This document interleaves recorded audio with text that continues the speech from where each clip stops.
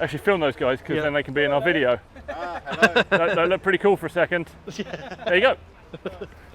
See you in a bit. So that. My dad used to have one of these. Ooh, what is it?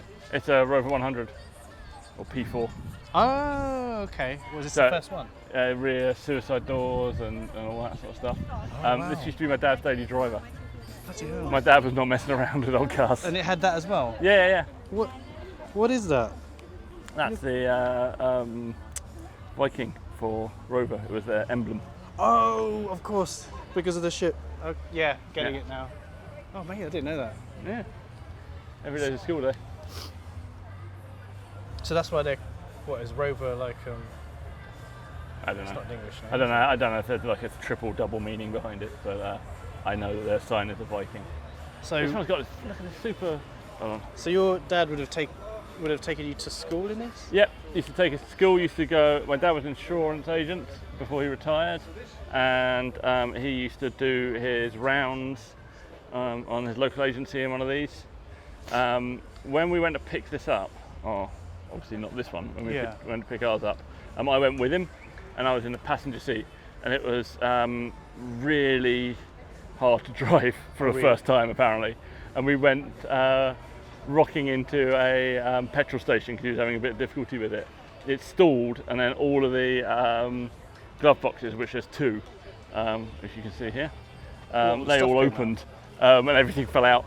And we stopped in this petrol station for a couple of minutes, just while my dad kind of silently, I think, maybe regretted his decision. But we got home. It was all right. I think there was some brake problem. I don't know, actually, I have to ask him. But yeah, he got it running perfectly. It was a lovely little car.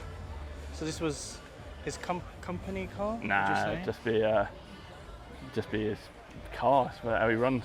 But then, my dad had how old is this though? That's the thing, isn't it? That's like 50 something. But my dad always had cars that were older than everybody else was driving. So that's where you got it from? Yeah, for sure. Okay. There you go. Oh yeah, that is the reason. Yeah. The reason we are the way we are is because my dad used to drive cars like that, buy Street Machine magazine, so I end up looking at hot rods a lot. And then we'd go motor racing at the weekends to watch, because we were near Brands Hatch and he got us out of the house. So through all that combination of stuff is retro rides. Does your dad attend the shows and stuff? Yeah, Dad was a weekender. He's been to. They were upstairs, right? Yeah. They live the life of Riley when we do a good one. They sit upstairs at the Jackie Stewart Pavilion, drinking teas and coffees and counting money. And then my mum tells us whether or not we're bankrupt, which we always are. Well, yeah. That's nice. It's a large, beautiful car. American? No, French. Pre-war French. The colours are amazing. I say pre-war, it's in 1939, so just right on the cusp in Europe. Yeah.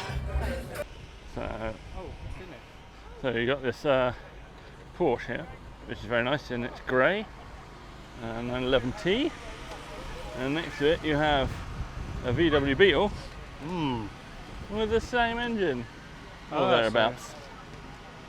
At least it's got the cooling and all that stuff. I think it's just like full-on German look.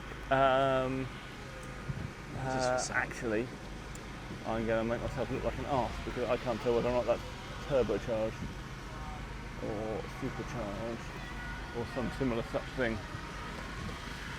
Yeah, you're right. Oh. So it's definitely 4-cylinder with pancake cooling. So it's got the same cooling as that, which is a real German look thing to do. And the pipework would imply that it has some kind of forced induction, but I think the forced induction may well be internal to the car, which is interesting. Get a little bit of room, so that's looking through this back window. Anything there? Still none the wiser. No idea. So interesting. How much do you reckon this is running? I honestly couldn't tell. So a lot of the German look cars are running like over 2-litre engines. They're getting fully bored out and stuff, and they're put out a good amount of power and be doing pretty good quarter-mile times.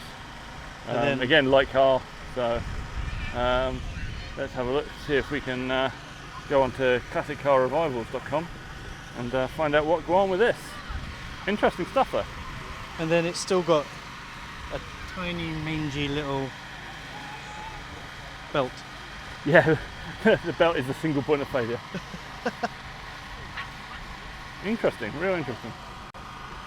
I've seen pancake filter, like this was like a real popular thing back when I had Beetles, but I've not seen the intake done like this. So God knows what's going on there. It's crazy. This over here, oh my God. I couldn't get at this earlier because there's too many people by it. Which one? The ISO Griffo. So the Pizzarini from earlier, this is the other car of a similar type that I also like a lot. So French again? British? Don't know where ISO is from. I'm going to say Italian, but who knows? Someone will correct me in the comments, I'm sure. But this is another one of those beautiful GT cars of this era, like the Maserati Mistral and Ghibli and Lamborghini. Oh, what is it? Which Lamborghini is it? 300, something like that. Just these really pretty GT cars. Jump in there and head off across the continent with your mistress or wife, whichever one you want to take. Ooh, well, from these pictures, I don't know, mistress or wife? I'm going mistress. Mistress. You've got three. That is a shiny knob. The interior is beautiful. Jason, did you just admire this man's shiny knob? Good lord. Yeah, this is just perfect. I'm sure it's massively unreliable and got all sorts of problems. So the Pizzarini is from the same company, I want to say. Again, don't shoot me if I'm wrong. I may well be. So these are half pop-ups. Is this the original Sleepy Eye look? Yeah. Who knows?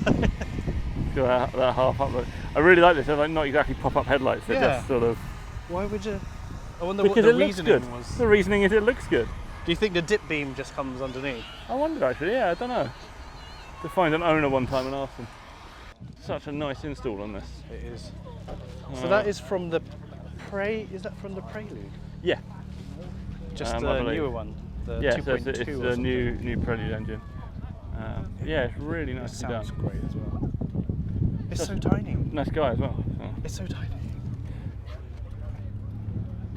Like, you know, you walk around like these shows and stuff. Yeah. You'll see the V8s. The funny thing is, this is like a slightly boxy Hakko. Like, if you look at it, it's like somebody took a Hakko and drew it with a ruler. It's like, it hasn't quite got the curves, but it's got the shape. I quite like it. But again, these used to just disappear from the UK roads. Like this is. There used to be loads though. Yeah, this is the Honda, like the Triumph claim that Honda did. There used to be in Swansea. There was a guy that had like 3 or 4 of them. I think there are more of those around than these 2-door Preludes. Oh, okay. But they're pretty cool. But I'm surprised. I reckon it'd be one of those things that you suddenly start to see a bunch more of because someone's made a nice one. Okay. And then like people get inspired and they're like, oh, I know someone that's got one of those. I could do something cool with that. Like that white Accord that was at the at the weekend. Sorry. Like, people like suddenly realise that they can do more stuff with a car, and then cars that have completely disappeared. You suddenly realise that were just tucked into garages or sat in. I don't know, some dealer had taken it as Part X and it had just been cycling its way through various auctions until it was worth something. What's going on with this MG? It's the veritable MX-5 swap into an MG. That's me. It's the best thing to do with an MX-5. Oh yeah, that was like me. Okay. But it's quite a common Yeah, it's a common swap. It's because the MX-5 is a great little engine. It's not crazy power. Like, it's not like, oh, I'm going to put some like 400 brake horsepower ridiculousness into an old car. It's just a really nice, usable engine. And they're naturally aspirated. They're really cheap. Really cheap to get because, you know, no one likes MX-5s. They're ridiculous. Yeah, thoroughly good swap. And it's a known quantity as well. Oh, here's some trouble. Citroen SM. The unholy marriage of Citroen's insanity with Maserati's engineering skills for engines. Oh, was that it? Yeah, I believe they might be a little bit troublesome to keep on the road.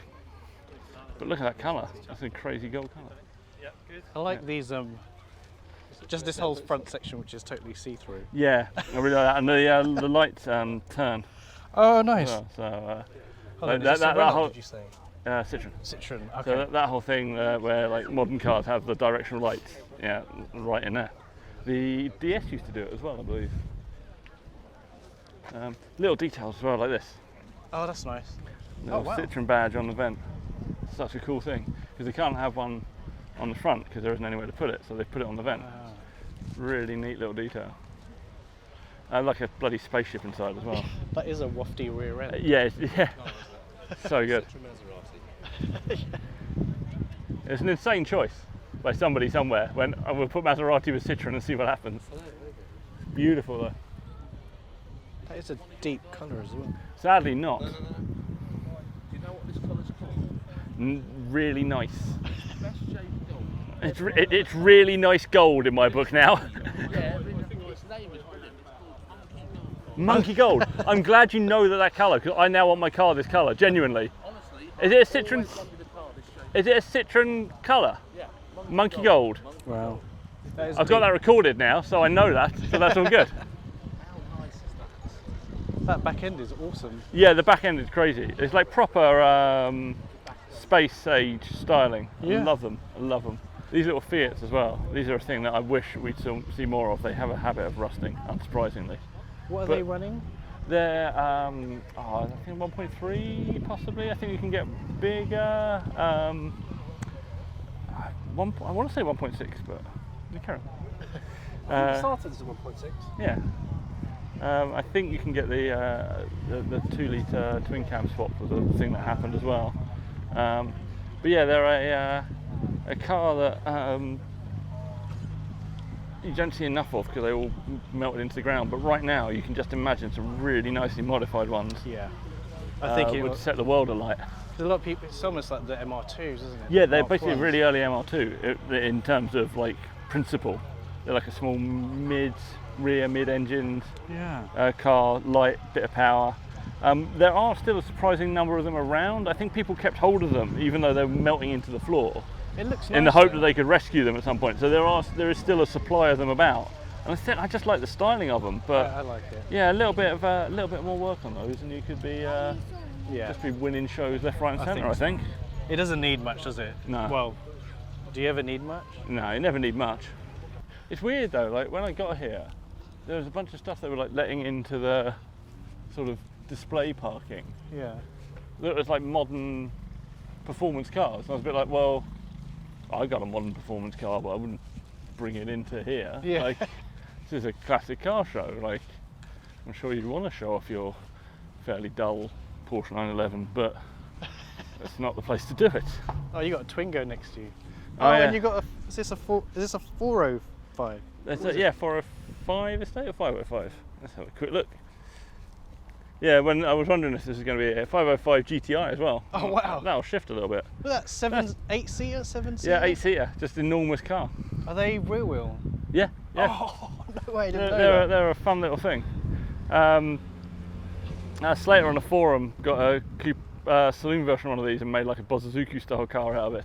One of these? Yeah, like because it's the same boxy shape as the Mark II. If you think about it, it's that sort of 3-box thing going on in an angular 80s manner. It's brilliant. But yeah, I did look for one online a little while ago to see how much they were now, and they're still not crazy expensive, but they've gone up a bit. How much are they about? What, I think it was like 3 or 4 when I looked. I don't know how much the wagons are, but when I was looking for the GTI saloons, they were 3-4 a couple of years ago. I wonder if they've got what kind of opening rear hatch they have. Oh, that's the big question for people to do filming.